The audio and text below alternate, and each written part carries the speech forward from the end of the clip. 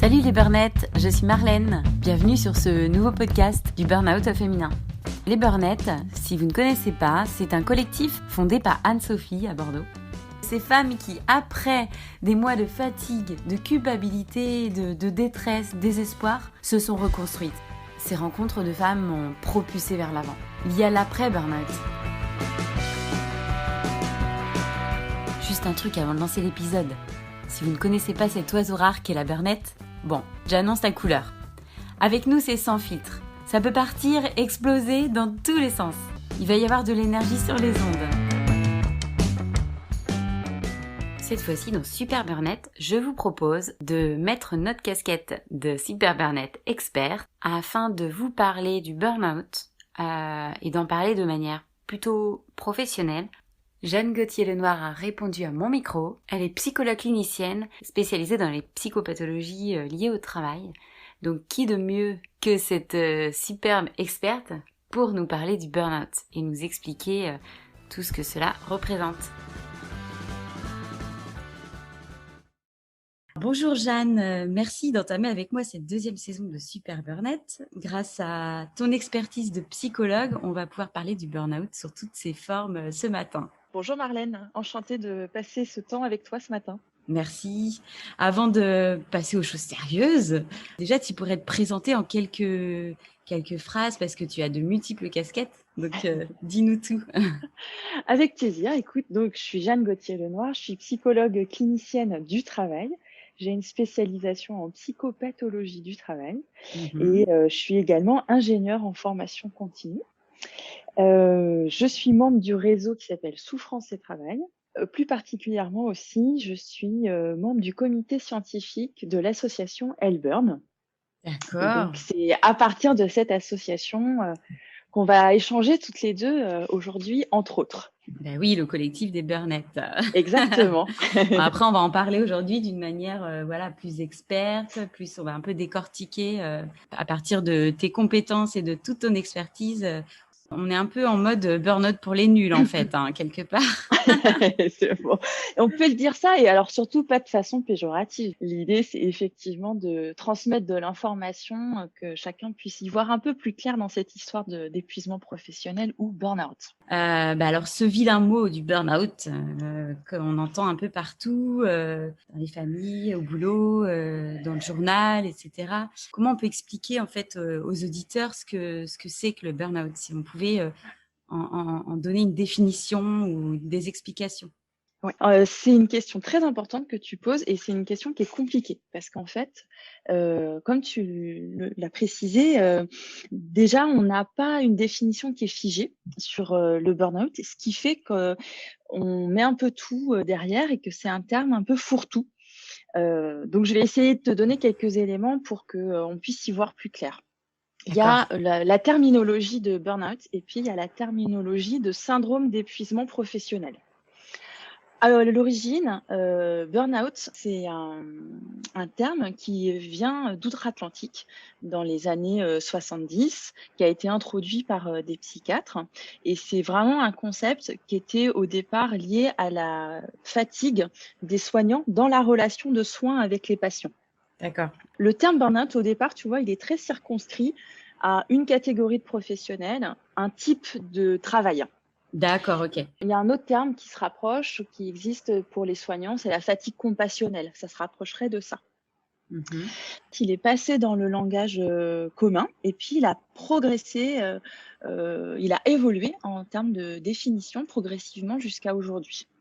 Et en passant dans le langage commun, il se passe ce qui se passe souvent en termes d'évolution du langage, tu vois, c'est que il a pris une autre forme. Donc, ça veut dire que le burn-out, c'est une pathologie dont la définition n'est pas figée. Et ça, c'est un élément qui est important à comprendre parce que c'est ce qui fait qu'il y a débat, en fait, notamment sur ce concept-là. Une idée principale à retenir, c'est qu'en fait, le burn-out, c'est un syndrome d'adaptation. Et quand je te dis que cette définition n'est pas figée, c'est parce qu'en fait, ce syndrome, il évolue dans sa forme avec les organisations de travail et l'impact que les organisations de travail peuvent avoir sur la santé.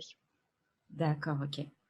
Voilà. Donc, en fait, les éléments importants à retenir, c'est que ce syndrome d'épuisement professionnel ou burn-out, ça s'inscrit dans ce qu'on appelle des pathologies de surcharge de travail. Et nous, psychologues du travail, on va parler de pathologie de la souffrance au travail liée à des formes d'organisation de travail. D'accord, ok. Voilà, ça c'est une première façon d'aborder le burn-out. C'est-à-dire, là, quand je te présente les choses de cette manière-là, je m'inscris dans ce qu'on appelle la clinique du travail. Je vais te parler de souffrance, de difficultés.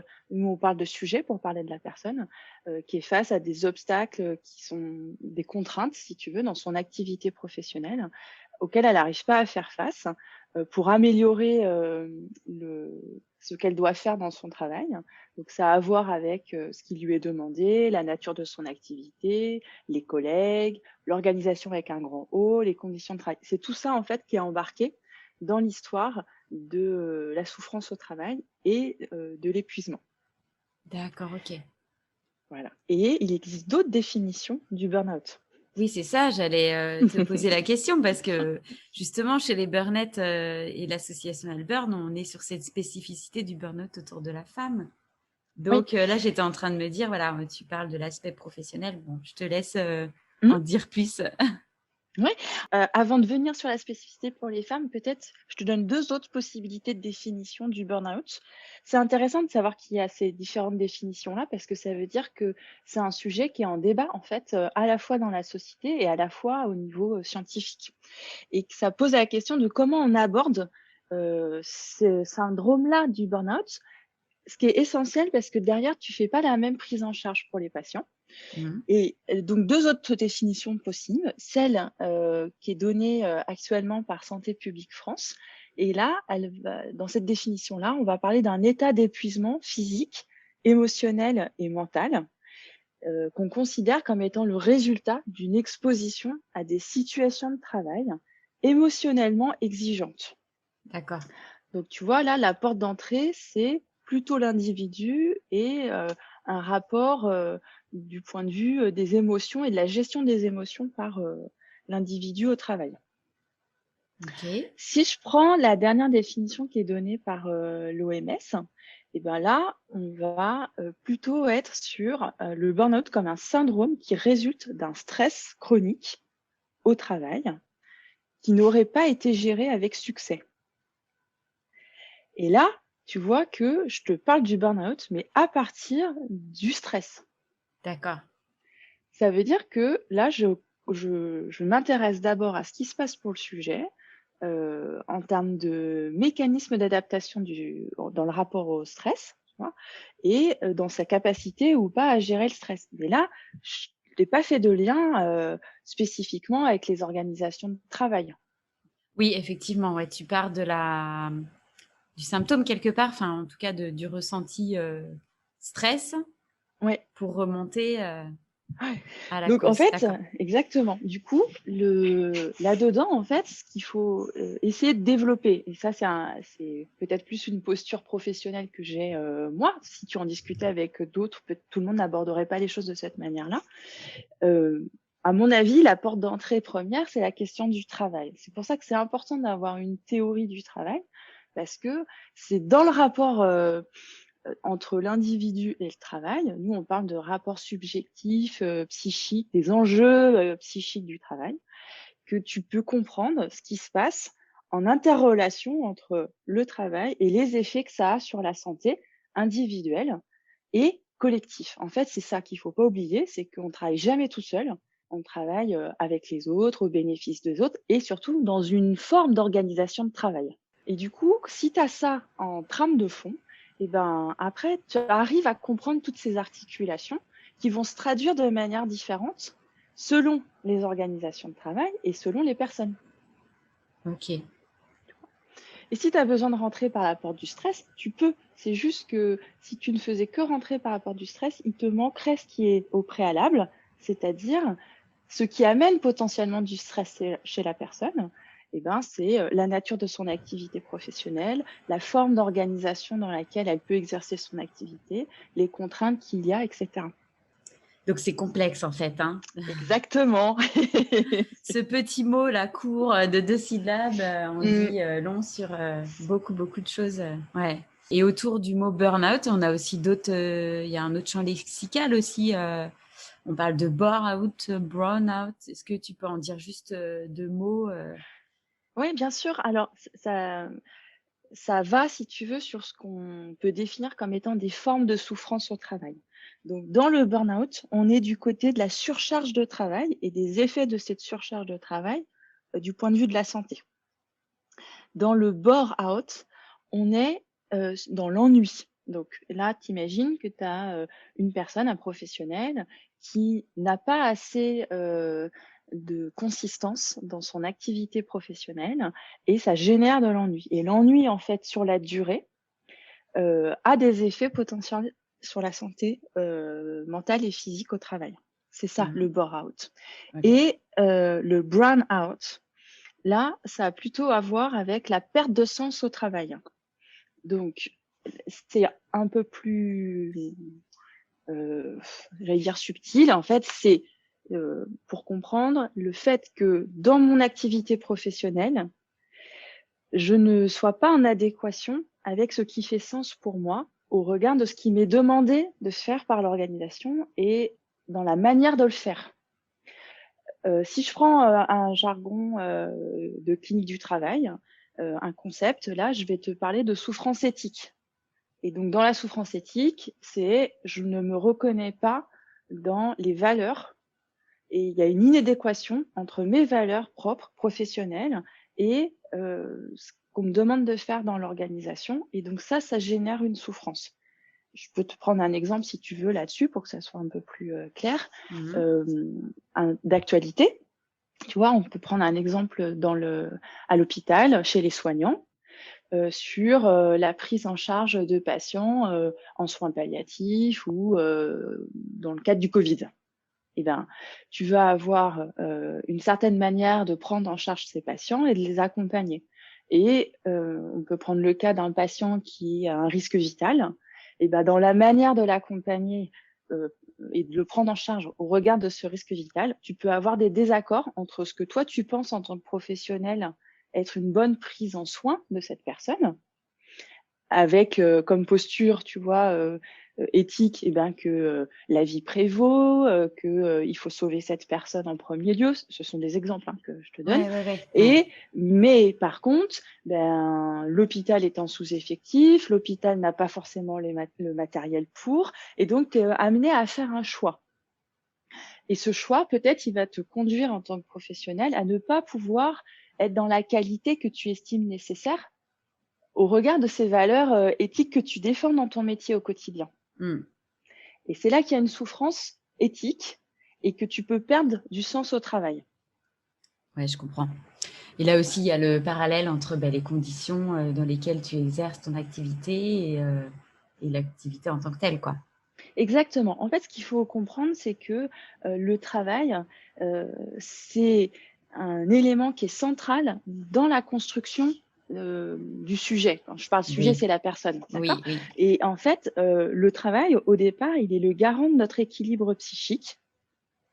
Et il est aussi un lieu dans lequel on s'investit parce qu'il y a tout ce qu'on appelle la dynamique de la reconnaissance qui va venir faire un étayage sur notre identité. Ouais, c'est très intéressant que tu nous spécifies ça. C'est pour ça qu'il faut partir de cette histoire de travail et de ce que je t'évoquais tout à l'heure sur qu'est-ce que c'est que ces enjeux psychiques au travail. Qu'est-ce qui se passe en fait, si on le reformulait facilement, c'est qu'est-ce qui se passe pour un individu et qu'est-ce qui se passe pour un collectif quand il est sur son lieu de travail, à travers son activité, l'organisation et les conditions. Et pour faire le parallèle avec cette spécificité qui est traitée au sein de l'association Elbern, en fait, on accompagne les femmes victimes de burn-out. Comment tu l'expliquerais, toi, Jeanne? Donc, en fait, ça a à voir avec le projet que Anne-Sophie Vive a monté. Oui. Anne-Sophie, en fait, elle a créé donc les Burnettes et l'association Elburn il y a un petit peu plus de 2 ans, je pense, maintenant. Ouais, c'est et à ça. ce moment-là, elle est venue me rencontrer pour me présenter son projet. Et son souhait, c'était effectivement de pouvoir créer une structure associative qui accompagne les victimes de burn-out, plus spécifiquement les femmes, tout au long du processus, en fait. C'est-à-dire à la fois en faisant de la prévention, à la fois en donnant des éléments d'information du réseau, éventuellement quelques prestations, pour pouvoir favoriser la reconstruction et la réinsertion socio-professionnelle des femmes. Ça, c'était son projet initial. Et pourquoi les femmes? Parce que si je le dis tel que je l'ai perçu à l'époque dans ce qu'Anne-Sophie m'avait présenté, je pense qu'Anne-Sophie, elle avait perçu quelque chose qui est très juste et qui est démontré d'un point de vue scientifique, c'est qu'en fait, il y a une spécificité du burn-out chez les femmes. Ouais, qui et a du été coup, repérée. ouais, et nous, on s'est retrouvés, si tu veux, toutes les deux là-dessus. C'est-à-dire que elle cherchait une psychologue qui ait une spécialisation sur la psychopatho du travail et qui soit aussi j'allais dire ouverte ou en tout cas sensibilisée à cette question, on va dire une approche genrée du burn-out. Ce qui était mon cas. Donc c'est aussi pour ça que on s'est bien retrouvés sur son projet et que petit à petit j'ai intégré aussi l'association. C'est qu'on était en accord sur ce qu'on visait à travers cette structure-là. Okay. Et cette question des femmes, qui est une question essentielle et d'actualité dans la société. Cette approche genrée, elle est très importante parce que elle te permet aussi un meilleur accompagnement des femmes derrière, si tu comprends qu'est-ce qui se passe vraiment pour elles. Et ça a à voir avec la société dans laquelle on est à aujourd'hui, à l'histoire de l'évolution de notre société. Et je reviens sur ma question du travail, en fait, les discriminations qui peuvent avoir lieu dans le monde du travail. Et donc, il faut avoir là une grille de lecture sur comment est-ce qu'il est construit ce monde du travail, socialement, entre les hommes et les femmes. Est-ce qu'on a effectivement une égalité de traitement entre les hommes et les femmes dans le monde du travail? La réponse, elle est non pour l'instant. Donc, on est ça, bien c'est d'accord. important. Oui. Voilà. Est-ce qu'un travail d'homme, ça a la même valeur qu'un travail de femme? Bah, non plus, tu vois. Donc, et ça génère du coup, je te le fais en très raccourci là, mais cette histoire d'inégalité à la fois en termes d'accès au marché de l'emploi, à la fois en termes d'accès à certains types de métiers, et même tant bien même que tu as accès au métier, tu dois en faire 2 fois plus pour tenter de te rapprocher de ce que les hommes ont, et savoir avec le niveau de formation, avec les capacités d'évolution aussi dans les entreprises, l'évolution de carrière, etc. Et ben tout ça, ça te donne un contexte et des conditions qui sont favorables ou défavorables aux femmes pour pouvoir déjà tenir leur charge de travail. Ouais, et là-dessus, tu vas venir rajouter la répartition de la charge domestique. Ouais. Et là, ça fait mal. La réalité, ben voilà, exactement. La réalité, encore à aujourd'hui, c'est qu'en fait, la majorité de la charge domestique, elle est encore portée majoritairement par les femmes. Donc, souvent, moi, je prends cette image-là de l'addition. T'imagines que une femme, elle doit faire sa journée de boulot plus sa journée domestique. Sauf que dans sa journée de boulot, c'est majoritairement plus dur, plus compliqué pour elle, juste parce qu'elle est une femme par rapport à un homme, et que dans sa journée de charge domestique, elle a aussi plus d'activités et plus de travail à réaliser qu'un homme. Ouais. Mais donc, oui. tu vois le delta qu'il y a entre la réalité d'un homme aujourd'hui qui travaille, qui a une famille, des enfants, et la réalité d'une femme qui travaille, qui a une famille et des enfants. Une grande question. En fait, ce sont des leviers qui sont importants parce que dans la patientèle que tu as sur ces histoires de souffrance au travail, tu as chez les femmes beaucoup de culpabilité. Mais parce que on est aussi construite comme ça, c'est-à-dire qu'on est construite sur des normes et des références qui sont dans il faut être performant partout. Tu vois, il faudrait être performant à la maison, savoir super bien éduquer ses enfants, que ta maison soit impeccable, être à jour au niveau de tes tâches administratives. Et en même temps, il faut être super performante au boulot. Et ça laisse pas de place, si tu veux, à la faille ou la vulnérabilité. Est-ce que là, tu es en train de nous dresser quelques grandes caractéristiques? Est-ce qu'il y a Oui. un profil type de femme qui tombe en burn-out, en fait? Alors moi, je parle pas de profil. Le Oui, c'est terme en pas joli, lui-même, ouais, effectivement. et aussi parce que, comme j'ai une formation scientifique, et ben quand tu fais des études supérieures, on t'apprend à être très rigoureux sur les termes que tu emploies et les définitions pour éviter des glissements, voire des dévoiements. Et D'accord. du coup, le terme de profil, moi, je l'utilise pas parce que je trouve qu'il a tendance justement à opérer un glissement du côté d'une personnification et à rabattre la question de l'épuisement professionnel uniquement sur des prétendues qualités ou non-qualités que une personne aurait. Ok. Et là, c'est complètement à contresens avec tout ce que je viens de t'expliquer sur il faut avoir une grille de lecture sur ce que c'est que le travail, qu'est-ce qui se passe dans le travail, etc. Donc, pour répondre à ta question, du coup, je ne vais pas parler de profil, mais peut-être de caractéristiques. Et encore, la réponse plus juste serait de dire que le nœud du problème, il se situe entre des causes organisationnelles du burn-out et éventuellement des causes personnelles du burn-out. Et dans les causes personnelles, c'est dans notre jargon de psychologue, on va plutôt être là sur les structures de personnalité, puisqu'on est construit chacun différemment, avec certaines caractéristiques et tendances qui s'expriment de manière différente. Tu vois, donc, il y a des variations interindividuelles. Le burn-out, en fait, il va se nicher là-dedans, c'est-à-dire dans cette articulation entre la personne que je suis telle que je suis construite et le métier que j'exerce dans telle organisation de travail. Ok. C'est ça qui fait aussi que c'est compliqué parce que du coup, ça veut dire qu'il y a plein de formes différentes dans un cadre un peu commun, tu vois. Ah oui, c'est très complexe.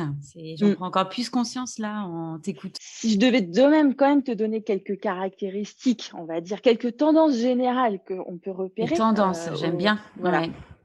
auprès des personnes qu'on accompagne et en particulier les femmes, eh ben, c'est on va être sur des personnes qui sont investies, qui développent une grande capacité de travail et qui cherchent aussi beaucoup à s'adapter par rapport aux contraintes organisationnelles. Tout à l'heure, je t'expliquais très rapidement l'histoire de la reconnaissance au travail et l'étayage qu'elle amène d'un point de vue identitaire. Et ben là, tu peux faire un lien entre la manière dont je me suis construit d'un point de vue personnel et puis le fait que quand je vais au travail, ce qui joue aussi pour moi, c'est pas juste bien faire ce qu'on me demande de faire, ce qui est déjà beaucoup, mais c'est aussi d'avoir une reconnaissance par les autres qui va venir me conforter sur la personne que je suis. Tu vois. Et du coup, là, je te donne des tendances, mais en même temps, tout en te l'expliquant, tu vois que ça correspond à beaucoup, beaucoup, beaucoup de personnes, en fait. Oui, c'est vrai. Oui.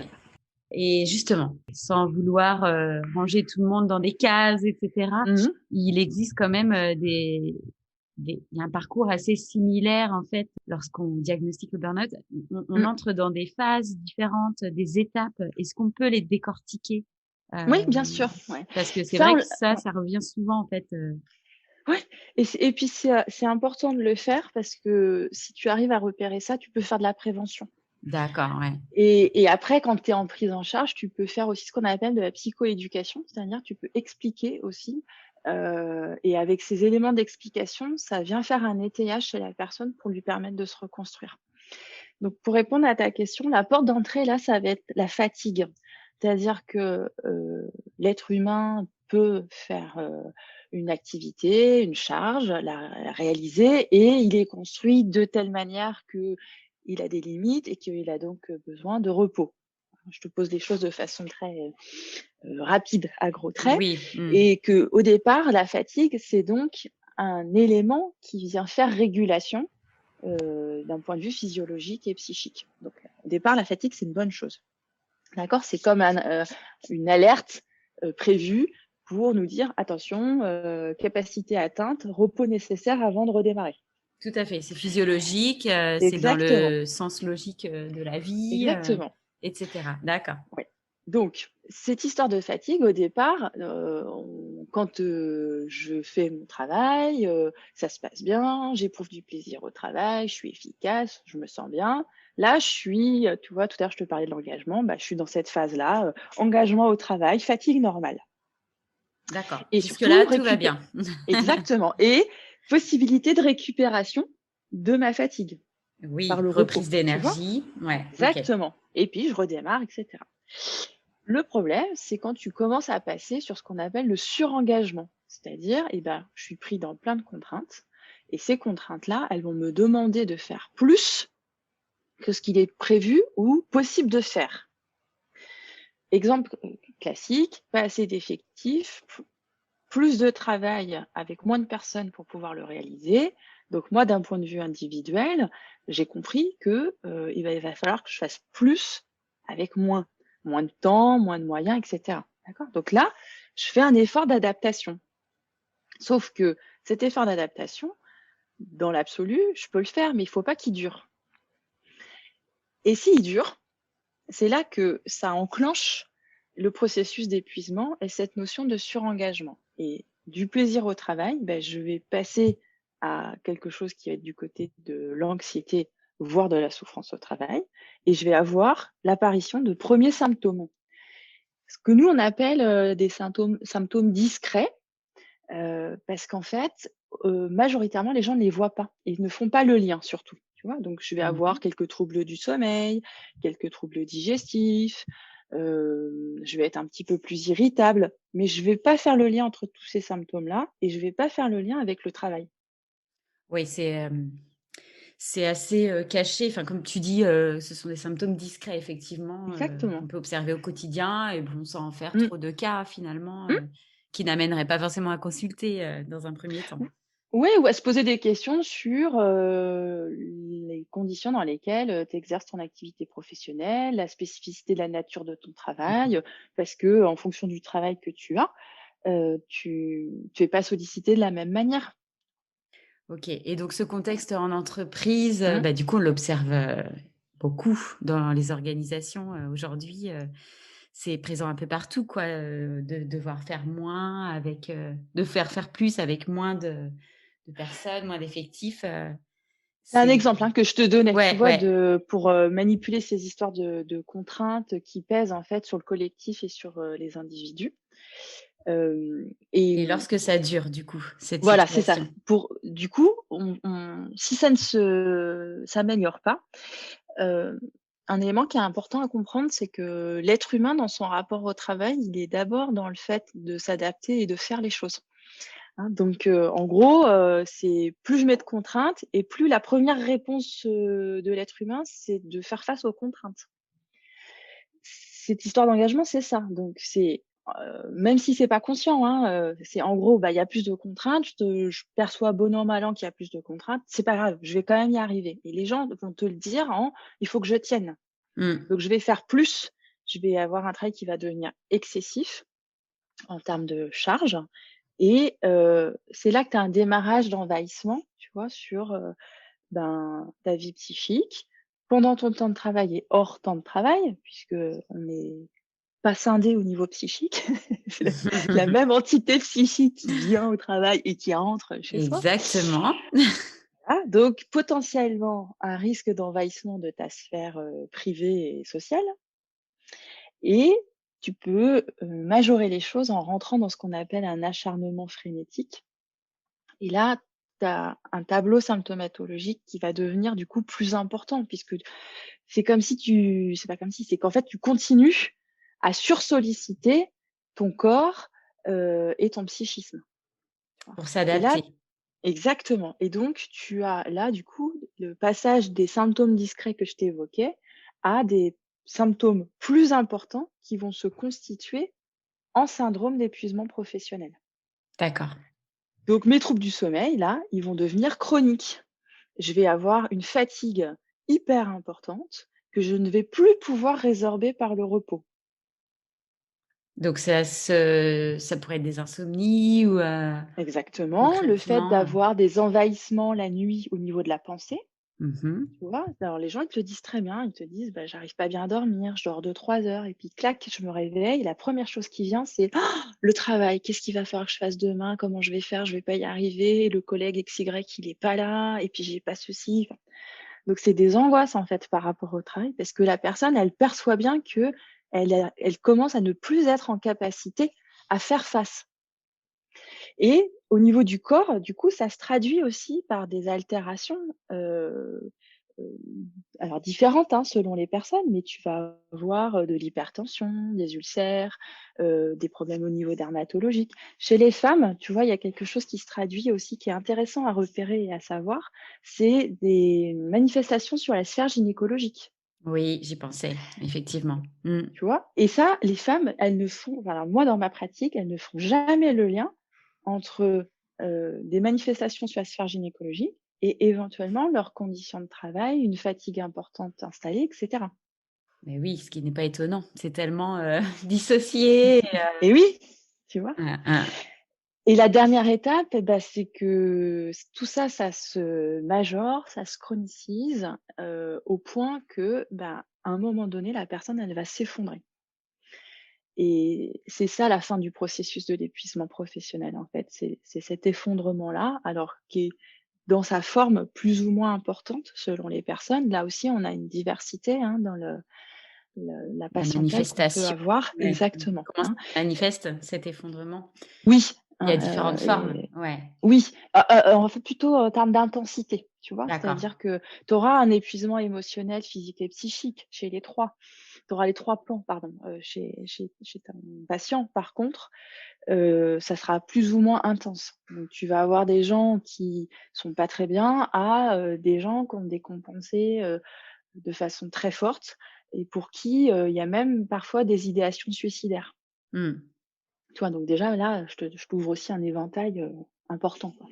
Oh, Entre les manifestations de cet effondrement, entre la personne, qui rentre dans un état de pensée, suicidaire et celui qui, ben, un matin, tout simplement, a une énorme difficulté à se lever de son lit, mmh. heu et pourtant on est sur le burn-out, en fait, dans les 2 cas, quoi. C'est Alors et pas évident, hein, à repérer, à et alors c diagnostiquer. exactement, donc c'est ça, tu poses, 2 bonnes questions. C'est à la fois un repérage précoce. D'où l'importance d'avoir compris ce processus-là et qu'est-ce qui se passe à chaque étape de ce processus. Parce que du coup, tu peux venir faire de la prévention sur, bah, tiens, les signaux faibles à ne pas laisser passer sont ceci, cela, cela. Et expliquer aux personnes que c'est pas juste une histoire individuelle de je te donne un exemple, par exemple, en ce moment, je suis vraiment tendue, je suis vraiment irritable, faudrait que je prenne des vacances. Mais si tu dis ça, en fait, ça rabat encore sur la personne et puis ses prétendues capacités ou incapacités. Parce qu'il te manque le lien avec, la réalité de son quotidien. Si la réalité de son quotidien, c'est être une femme qui travaille à temps plein, qui a 3 enfants, qui a un job à temps plein et qui a des contraintes particulières dans son activité professionnelle, bah, c'est tout ça que tu vas aller interroger et qui fait que tu vas amener la personne à comprendre le pourquoi de sa fatigue, la fatigue qui se résorbe pas et qui s'inscrit dans la durée jusqu'à arriver à une forme d'épuisement, professionnel derrière. D'accord. Comment ça se passe concrètement quand, on diagnostique une personne, en burn-out? Est-ce que je peux parler de ce terme de diagnostic? C'est peut-être délicat. Oui. Donc la prise en charge, elle est fondamentale pour éviter des dégradations plus importantes et surtout, heu, pour permettre à la personne de reprendre le travail et moi je dis toujours: «Reprendre le travail de façon durable et sans rechute». Oui, parce qu'en Parce fait, tu as que parlé des étapes, jusqu'à l'effondrement oui. et en fait, donc là, on est vraiment sur un peut-être un temps de crise, je ne sais pas comment tu le Mmh. détermines et mais après, voilà, c'est le moment de la reconstruction, donc c'est là qu'intervient l'accompagnement? Si je devais, donner en termes de temporalité, tu vois, il y a 2 grandes phases. C'est-à-dire qu'il y a une phase qui va vraiment être plus centrée peut-être sur, Bon, tous les psychologues ne seraient pas d'accord avec ce que je vais dire là, mais la santé. Et donc, là-dedans, c'est vraiment santé au sens large, santé physique, santé psychique. Et du coup, il faut une prise en charge pluridisciplinaire. Le maître mot, c'est vraiment la pluridisciplinarité. Donc, c'est une clinique et une prise en charge très particulière en psychologie, hein. Ça veut dire que toi, psychologue, tu fais une partie du job, mais ça sera insuffisant. Donc il va falloir que, tu crées un étayage autour de cette personne qui est en souffrance et qui a décompensé avec différents professionnels et chacun avec sa spécialité. On va être complémentaires pour permettre à la personne de se reconstruire sur le plan de la santé physique et psychique et puis le second temps, ça va être de se reconstruire sur le plan professionnel. Oui. Voilà, alors avec là-dedans, bien sûr, beaucoup de variabilité selon les personnes, hein, puisque, tu as compris que les intensités de décompensation, elles étaient différentes, qu'on ne décompensait pas tous exactement de la même façon. Donc, toi, tu as tes grandes lignes directrices entre, santé et projet professionnel, on va le caractériser comme ça, mais ça ne veut pas dire que tu vas toujours faire la même prise en charge pour tout le monde avec les mêmes étapes dans le même ordre. Tu fais du Oui, sur-mesure. bien sûr, d'accord. Mmh.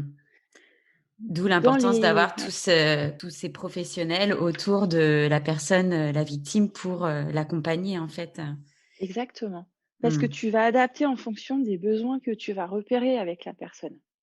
OK. Si tu as quelqu'un qui a décompensé très fort aussi sur le plan physique, tu as absolument besoin d'avoir le corps médical à côté de toi pour pouvoir la prendre en charge. Ça va être le médecin traitant, ça c'est obligatoire à chaque fois, mais tu peux aussi avoir besoin de spécialistes. De même, en fonction de sa décompensation sur le plan psychique, tu peux avoir besoin d'un étayage par un psychiatre. Voire tu peux avoir besoin de médicaments. Donc là, tout ça, hop, tu le renvoies sur le psychiatre. Le tout, c'est de faire avancer tous les professionnels en même temps autour de cette personne-là et de faire du lien, en fait, entre nous tous. Donc, toi, en tant que psychologue, Jeanne, en fait, tu vas, proposer, d'aller rentrer en contact ou de les mettre en relation avec, tel ou tel professionnel? Ouais, Vous en fait, en fonction de l'état que la personne présente, je balaye avec elle aussi les professionnels, soit qu'elle a déjà vu, mmh. soit potentiellement qu'elle aurait besoin de voir. Et puis, on réfléchit ensemble. On le fait toujours à 2. C'est-à-dire moi je fais pas de prescription, c'est je travaille avec la personne et on évalue ensemble ses besoins et surtout ce qu'elle est capable de faire ou pas à tel moment. D'accord. Donc on va voir ensemble, est-ce qu'il y a besoin d'aller voir le médecin du travail? Oui, non. À quel moment on va le voir? Pourquoi est-ce qu'on va le voir? À quoi ça sert d'aller le voir? Le médecin traitant, à quel moment je le mets dans la boucle? Est-ce qu'il faut aller voir un psychiatre? Oui, non. À quel moment? Pareil sur, des paramédicaux. Moi, je travaille aussi, tu vois, avec des kinés, des ostéos, des fois, je vais, aller sur le terrain de la diététique parce que, au regard de ce que la personne présente, comme symptômes, on peut Mmh. avoir besoin aussi de passer par, ces axes-là. Ouais, tu répares les Hein. personnes. C'est ça, non, mais vraiment On essaye! mais oui, non, mais il y a tout à reconstruire, en fait. Voilà. Ouais, ouais. Et après en psychothérapie, avec notre porte d'entrée sur la psychopatho du travail on fait tout ce travail-là de remise en lien et en sens de: «Qu'est-ce qui se passe au travail pour moi? Pourquoi j'ai choisi ce métier? Pourquoi j'ai choisi cette organisation? Est-ce que je m'y retrouve? Quelle est la réalité de l'organisation du travail dans laquelle je suis?» Et avec les femmes, mais on le fait aussi avec les hommes, hein, mais c'est vrai que les femmes sont un peu plus demandeuses que les hommes, dans ce que je peux observer pour l'instant. L'articulation vie privée, vie pro, avec D'accord. l'histoire des enfants, la charge domestique, et cetera. Et quand tu les aides à identifier tout ça et à repositionner les choses, tu crées autant de leviers possibles, heu et de reconstruction et de projection. Parce que à moyen terme, ce que tu as besoin pour ton patient, c'est de pouvoir lui réouvrir des projections vers l'avenir. Exactement. Mmh Voilà. mh. OK. Du coup, ça tombe bien parce que cette deuxième saison de Super Burnett, c'est, justement l'intention de faire intervenir, tout ce corps, médicale et tous ces professionnels qui vont pouvoir accompagner les victimes de burn-out? Tu vois, une vision globale de ce que peut être un accompagnement, pour, une personne qui est victime de burn-out. Avec Oui. chacun, notre spécialité et cette complémentarité dans nos spécialités. L'accompagnement pluridisciplinaire dont tu parlais au début, hein. Exactement. Ouais, Oui. ouais, c'est essentiel. Alors, tu parlais psycho et cetera, bah, moi, j'y connais rien en la matière. Tu nous as expliqué quelques informations, mais en fait, bon, bah, j'ai déjà consulté. Comment ça se passe? C'est quoi une thérapie, en fait? Et puis, comment on s'y retrouve entre, le psychologue du travail et cetera? Enfin, comment on peut Hem, l'expliquer tout ça? ouais, alors spécifiquement par rapport à l'épuisement professionnel, Oui, bien puisque sûr. c'est notre sujet aujourd'hui, voilà. Ouais, ouais. Donc bon, en gros, on a une grosse famille, psycho et dedans, chaque, psychologue a une orientation théorique et pratique. Et donc nous, les psychologues, on n'est pas médecins et les psychiatres, eux, sont médecins. C'est une spécialité de médecine. Donc ça, c'est pour te poser aussi la distinction Ouais. entre psychiatre et psychologue. Et les psychiatres ont un pouvoir de prescription, donc ils gèrent toute la partie médicamenteuse, ce que nous, on ne peut pas faire. Et ils ont aussi un pouvoir de prescription sur les arrêts de travail, ce que nous ne pouvons pas faire. D'accord? OK. Nous, on est vraiment, en fonction de nos orientations théoriques, spécialisés sur, du soutien, de l'orientation et de la prise en charge psychothérapeutique. Comme tu l'expliquais auparavant. Exactement. Et donc, par rapport à l'épuisement professionnel, il existe donc des consultations souffrance et travail, heu dans ces consultations-là, tu vas rencontrer un psychologue spécialisé sur la question du travail. Donc, un psychologue, on va dire, clinicien du travail. Et déjà là, c'est encore une spécialisation, que je te donne en te précisant cette terminologie-là. Qu'est-ce que tu vas faire avec un psychologue clinicien du travail quand tu vas le voir? Eh ben, tu vas, essayer de comprendre qu'est-ce qui s'est passé pour toi dans cette dégradation? Tu vois, par exemple, le processus que je t'ai expliqué, préalablement, ça, les personnes ne le connaissent pas et ne l'ont pas repéré alors qu'elles l'ont vécu. Ouais, OK. Déjà, Donc il y a une ça phase de déni à à révéler, quoi. dépasser. Ouais. Mmh. Ouais, exactement. Et puis, encore une fois, tout dépend à quel moment la personne vient te voir. Si, quelqu'un vient te voir parce que il sent qu'il a quelques signes, il est pas très bien en ce moment au boulot, c'est compliqué pour lui, la prise en charge, elle est différente de quelqu'un qui a fait un effondrement massif. Je te donne un exemple, qui t'est, adressé par son médecin traitant, qui est en train de le recevoir. Cette personne, elle fait que pleurer, ça va pas du tout, elle peut pas la remettre au boulot. Mmh mh. Tu vas pas démarrer ta prise en charge de la même manière. Mais en gros, le mot d'ordre, c'est: «Si je suis en souffrance au travail, je ne reste pas seule». Dans le cadre d'une consultation souffrance et travail, j'ai la garantie d'avoir un travail en pluridisciplinarité qui me sera proposé et dans le premier entretien avec un sujet en souffrance, et ben, on va être dans une rencontre entre, le thérapeute et cette personne-là. Nous, dans notre jargon, on parle d'alliance thérapeutique à construire et Mmh. ça pose aussi la question du choix en tant que patient. C'est-à-dire, quand je rencontre un psychologue et ben, c'est pas d'emblée forcément le bon pour moi. Effectivement, il C'est-à-dire y a une que relation à créer. exactement, Mmh. ça, c'est primordial. C'est aussi primordial que quand je te dis: «Il faut travailler en pluridisciplinarité» ou «il faut pas rester tout seul». Et moi, je dis toujours ça aux patients. Il faut choisir le thérapeute avec lequel vous vous sentez en confiance et avec lequel vous sentez que vous allez pouvoir avancer sur quelque chose qui vous fait souffrance.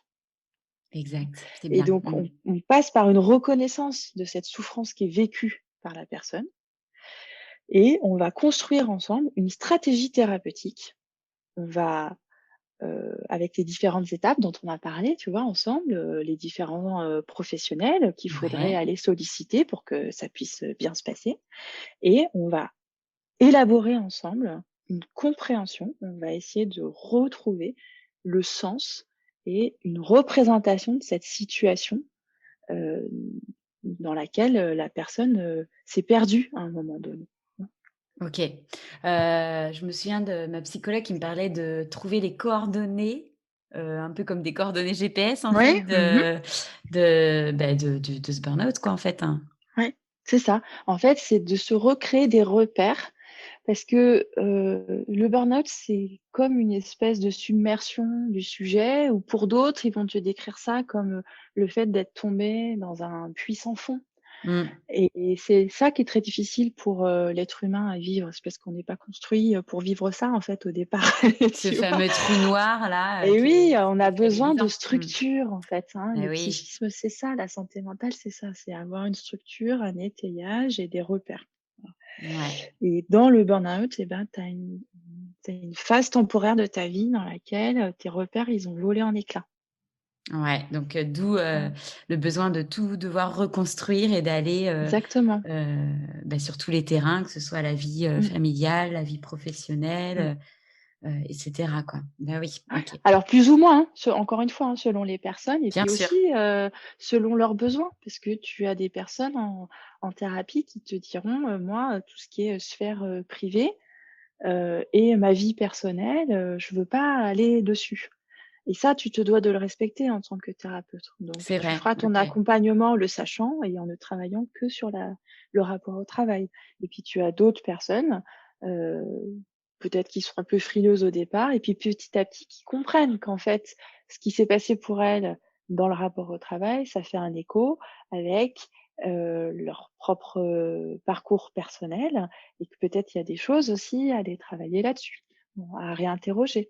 De même, pour les femmes, puisqu'on est aussi beaucoup sur cette thématique aujourd'hui, ça ouvre des clés de compréhension, tu vois? Sur, bah, je m'étais construite en pensant qu'il était normal que je fasse beaucoup, que je fasse plus que mon conjoint, et que ça soit normal que ce soit moi qui gère les enfants tous les matins et tous les soirs, par exemple, Ouais, ouais, ouais, complètement. Mmh. tu vois? Et oui, mais sauf que si tu leur expliques l'histoire de la charge cumulative et de la réalité des contraintes, et ben, petit à petit, elles vont aussi pouvoir se saisir de ça pour venir réinterroger leur organisation, réelle, Oui, quotidienne. et trouver les bons paramétrages, Exactement. Et ça ouvre des d'accord. portes d'ouverture aussi avec les conjoints. C'est ça qui est assez merveilleux, je trouve. Tu Mmh vois? mh. C'est que potentiellement, ça fait bouger aussi dans le couple, dans les représentations et dans une meilleure répartition, de la charge et ça, c'est au bénéfice de tout le monde, hein. C'est au bénéfice, des femmes, des hommes et des enfants. Oui, après, avoir passé la crise.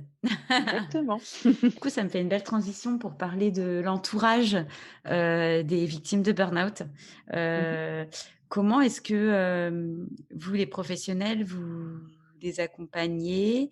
Quel est le message que vous passez auprès de vos patients par rapport enfin, qu'est-ce qu'on pourrait dire par rapport à toutes ces personnes, les aidants, qui peuvent être, des membres de la famille ou bien, collègues ou Ben, en fait, ça va avec, cette idée de pas rester seul, tu vois? Donc, et d'étayage. Donc dans l'étayage, bah, effectivement, tu as des professionnels, dont c'est le métier, tu as des acteurs, à l'intérieur de l'entreprise quand tu travailles en entreprise et tu as des acteurs en dehors de l'entreprise. Donc déjà, tu vois, ça fait en gros 3 groupes sociaux, dans lesquels tu as des interlocuteurs que tu peux solliciter. Et puis, il y a dans l'étayage aussi, ta structure, familiale et est-ce que tu as, un entourage plus ou moins proche, qui te soutient ou pas? Ça, c'est des choses qu'on peut évaluer aussi avec la personne en consultation et qui sont importantes à repérer parce que, bah, tu récupères pas de la même façon, d'un épuisement professionnel, si tu es, tout seul, ta famille est loin, tu pas d'amis, tu es dans un nouvel emploi. Je caricature un peu, mais tu vois, c'est ouais, ouais, ouais. cette histoire de solitude, en fait, c'est hyper important et à l'inverse, plus je vais avoir de soutien social et plus je vais avoir des points d'ancrage pour pouvoir me reconstruire progressivement. OK.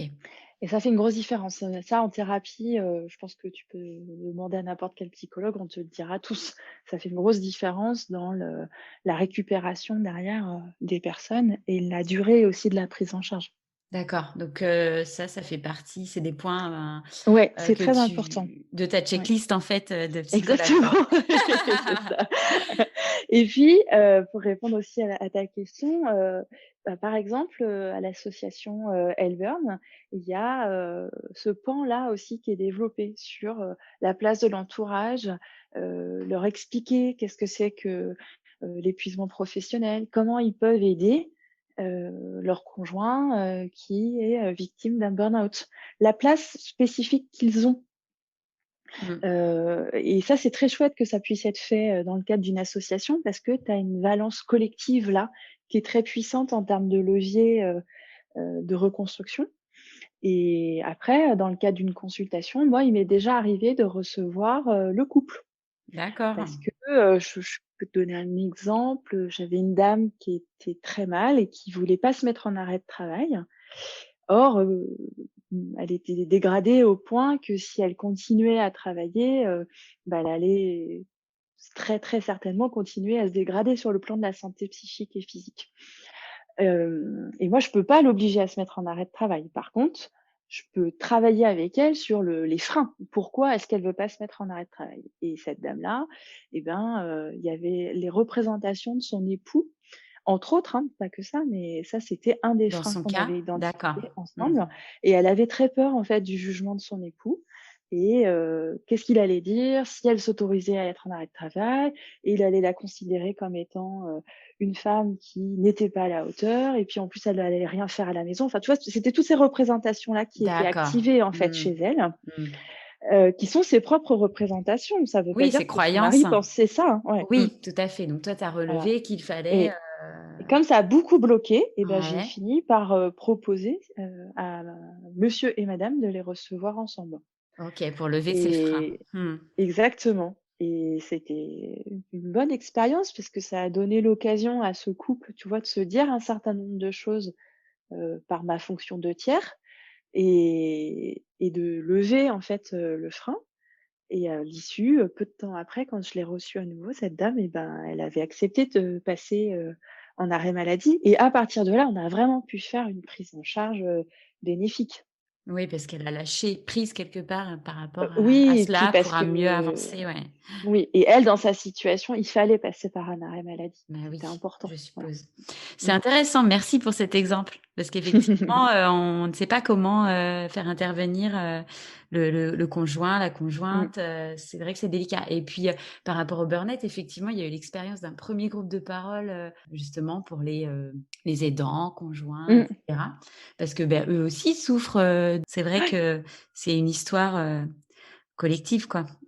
et puis tu comprends pas forcément, tu vois, ce que je te disais tout à l'heure sur, Non? quand moi-même qui suis victime d'un burn-out, je n'ai pas compris le processus dans lequel je me suis fait embarquer, bah, c'est vrai aussi pour le conjoint. Le Exactement. conjoint, il a pas forcément vu que, tu n'allais pas bien et que tu te dégrades et il comprend pas forcément que ton état de santé se soit dégradé en lien avec le travail. Oui et puis, il peut aussi rentrer dans ces phases de culpabilité, Mmh. de Mmh. pas avoir pris soin d'eux ou, et cetera, de colère, Exactement. donc ouais, peut-être que, et effectivement la suggestion de dans certains cas de thérapie de couple peut être aussi, une clé de solution pour, se reconstruire, dans le processus de reconstruction. S'il y a besoin et il y a lieu, ça peut être un espace aussi, de compréhension et de reconstruction du sens. Mmh mh. Vaste sujet. Peut-être que ça ferait l'objet d'un épisode à part entière, la question des Écoute, aidants et hein, là ouais, on bien sûr et puis ça va aussi avec, ce que l'association propose, tu vois, sur, le dispositif de pair aidance, qui repose sur l'entraide entre les personnes qui souffrent, ou qui ont souffert, d'une, même, pathologie. Et donc, je trouve qu'il y a du lien aussi, tu vois, entre, la place de l'entourage et la place que peuvent avoir d'autres personnes qui ont vécu la même chose que toi, hein. Ça fait aussi un autre groupe social que tu peux solliciter, et qui peut avoir vraiment, une plus-value, dans mmh, la reconstruction, du sujet. c'est sûr. Alors concrètement, Jeanne, en fait, tout à l'heure, tu parlais de consultation souffrance-travail, mais en fait, comment ça se passe? Est-ce que c'est en entreprise qu'on active cette possibilité d'avoir une consultation souffrance au travail? Est-ce que c'est un tiers qui, comment tu fais quand tu es en burn-out, comment tu fais concrètement pour, pouvoir accéder à cette consultation? Très bonne question. Alors, ça veut dire que quand je suis en entreprise, il faut déjà que je connaisse les acteurs de mon entreprise qui sont dédiés à cette question de la santé mentale et physique au travail. Alors, ça paraît évident quand je te le dis, sauf qu'en fait, dans les faits, tu te rends compte que beaucoup de professionnels ne les ont pas identifiés ou en ont identifié une partie. Donc ça fait partie aussi d'une culture à développer intra-entreprise. Qui fait quoi par rapport à quoi sur cette question-là de santé? Oui, mais pour moi, c'est Heu, les RH, en fait, Jeanne. alors c'est pas que les RH. Mmh. Effectivement, les RH, eux, ils ont une responsabilité en termes de déploiement d'une politique de prévention de la santé mentale et physique au travail, hein, parce que ça se raccroche, ça, sur, des articles de loi qui donnent cette obligation-là aux employeurs et donc c'est porté, entre autres, par les RH. Donc oui, les RH sont un interlocuteur possible quand tu es en situation de souffrance au travail. À double titre, à la fois par rapport à l'aspect organisationnel, conditions, contenu de travail et à la fois, par rapport à l'aspect, effet potentiel sur la santé. OK. Mais il y a pas que les RH, il y a aussi, les membres, CHSCT. Alors, CSE maintenant dans le privé, encore CHSCT dans certaines fonctions publiques. Tu as, les représentants du personnel, tu as parfois une assistante sociale, tu as, le service de santé au travail. Alors là, c'est pareil, il peut être soit intra-entreprise, soit à l'extérieur, selon, l'organisation dans laquelle tu travailles et dans le service de santé au travail, tu as un médecin du travail, hem, tu as souvent une psychologue du travail ou un psychologue du travail, c'est pas systématique, mais quand même ça se développe. Tu as des infirmières spécialisées en santé au travail D'accord, et OK. tu peux avoir, plus ou moins un ingénieur en prévention des risques professionnels.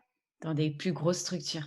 Oui, en Ouais, fait, il y a un tas d'acteurs et qui oui, sont et on le sait pas toujours, en fait, voilà. ouais, Et du coup, tu vois, là aussi, il y a beaucoup de connaissances à acquérir c'est clair. et de l'éducation, à faire, hein, pour, tout professionnel, dans l'absolu. C'est déjà de les avoir repérés et de savoir à quel moment tu peux aller les voir. Donc, dans l'absolu, l'idéal, c'est: je sens que je vais pas très bien, ça concerne d'abord, mon organisation de travail et cetera. Bah, il faut d'abord le gérer avec ton encadrement. Mmh. Et puis, si tu sens que, bah, il y a pas d'écho ou ça suffit pas ou il y a pas d'amélioration et que ça a un impact sur ta santé, bah, là, tu actives effectivement les acteurs qu'on vient de citer. D'accord. Donc, bah, tu peux, aller prendre rendez-vous avec ton service RH, aller, prendre rendez-vous avec ton service de santé au travail, ton assistante sociale, heu, éventuellement, le médecin conseil de la sécurité sociale, l'association Elburn, tu vois? Qui peut aussi participer à te donner ces éléments de connaissance-là et de, bah, par quel bout il faut attraper, ta situation et par quel acteur. Complètement. Et plus spécifiquement, donc sur les consultations de souffrance et travail, bah, là, en fait, tu as plusieurs dispositifs. Heu, Tu as des entités publiques ou des grands groupes qui vont avoir un psycho du travail dans, leur, service de santé au travail et donc qui mettent en place une consultation. Tu peux avoir la même chose, mais dans le service de santé au travail qui est extérieur à l'entreprise, donc dans le privé, par exemple. Mmh. Et tu as aussi des psychologues du travail qui proposent ces consultations et qui sont en libéral. D'accord, OK. Voilà, donc c'est 3 modalités, classiques que tu peux retrouver. Et là pareil, tu vois, par exemple, solliciter l'association Elburn et elle va t'expliquer ça et elle peut t'adresser aussi derrière à des psychologues qu'ils ont référencés, pour te permettre, une prise en charge. Et ce qui est intéressant aussi, c'est que l'association, elle propose un collectif de psychologues qui font un premier temps, en fait, avant une prise en charge. Tu peux être reçu une première fois, pour, évaluer, faire un premier niveau d'évaluation avec la personne et orienter cette personne-là. Mais oui. Tu as participé à ce fondement-là de ce collectif, ce groupe de psychologues autour de l'association Helburn, ouais. Exactement. C'était un des axes qui était souhaité à À développer. développer. Exactement. Donc, ce qu'on a du coup été appelé une permanence psy. De même que il y a eu aussi une permanence d'avocats qui a été montée pour pouvoir venir répondre à tout ce qui ressort de la relation contractuelle qui unit le salarié et son employeur ou selon ta modalité de travail. Oui, parce que quand vient le moment de la réinsertion professionnelle, d'autres acteurs rentrent en compte, en fait. La reprise, en fait, elle au mieux, elle va s'opérer sur le même poste, dans la même entreprise. Au mieux, Mais ça, oui. c'est pas du tout la majorité des cas, en fait. Mmh. Donc, il y a beaucoup de variables là-dedans. C'est est-ce qu'il y a eu une possibilité de faire évoluer la situation préalable à mon épuisement? Et donc, il faut faire rentrer tous ces acteurs-là de RH, management, médecine du travail et des fois, c'est pas possible. Ou des fois, la personne fait le choix de pas retourner sur le poste qu'elle occupait préalablement, voire, de changer d'entreprise et donc, là, il faut aussi du coup que la personne soit au clair sur, la nature du lien contractuel qui l'unit à cette entreprise et comment est-ce qu'elle peut se défaire de ce lien contractuel. Et D'accord. là, les avocats ont toute leur place, dans leur fonction conseil. On pourrait faire appel du coup à Marie-Paule Coupillot justement pour, nous parler de ces solutions. On pourra effectivement, en tant qu'avocate, spécialisée, en droit du travail, elle pourra t'apporter, des éclairages effectivement sur, les solutions qui existent d'un point de vue, juridique et administratif, par rapport à ta situation, et contractuelle, mais pas que aussi, parce que la question de la souffrance au travail, elle est reconnue sur le plan judiciaire et ça peut passer aussi par le biais d'un avocat, s'il y a besoin d'une reconnaissance, judiciaire ou d'une négociation aussi, hein, ça rentre dans le cadre des négociations, mais ça, c'est sa partie, elle t'expliquera tout ça, bien mieux que moi. Super, génial. Jeanne, merci. Merci pour tout, Merci. ton savoir et toutes ces explications riches, en fait, là, on a eu le droit à un cours, accéléré.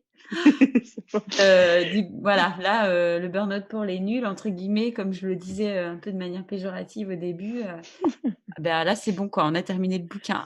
Non. Écoute, c'est beaucoup d'honneur que tu me fais. Non, c'était une gageure hein, sur notre épisode ce matin. En tout cas, Oui, je te oui. remercie de cette proposition parce que ça me tient à cœur, moi, de contribuer à diffuser de l'information pour pouvoir permettre aux professionnels de pouvoir mieux comprendre ce qui se passe dans le monde du travail, mieux se Oui. positionner et éviter le plus possible hein, ces épisodes-là. Là, aujourd'hui, on a parlé principalement de l'épuisement professionnel, mais cette question de la souffrance au travail dans toutes ses formes. Mmh. Et tu vois effectivement que c'est complexe, c'est dense, il y a beaucoup de choses, mais c'est aussi ce qui en fait que c'est absolument passionnant. Bah oui, on le sent que tu es, que ça a beaucoup de sens pour toi et ouais. Eh bien, je te remercie Jeanne Merci à toi, Marlène. pour tout ça et à très bientôt À très au sein bientôt, de avec un grand l'association. plaisir, bien sûr.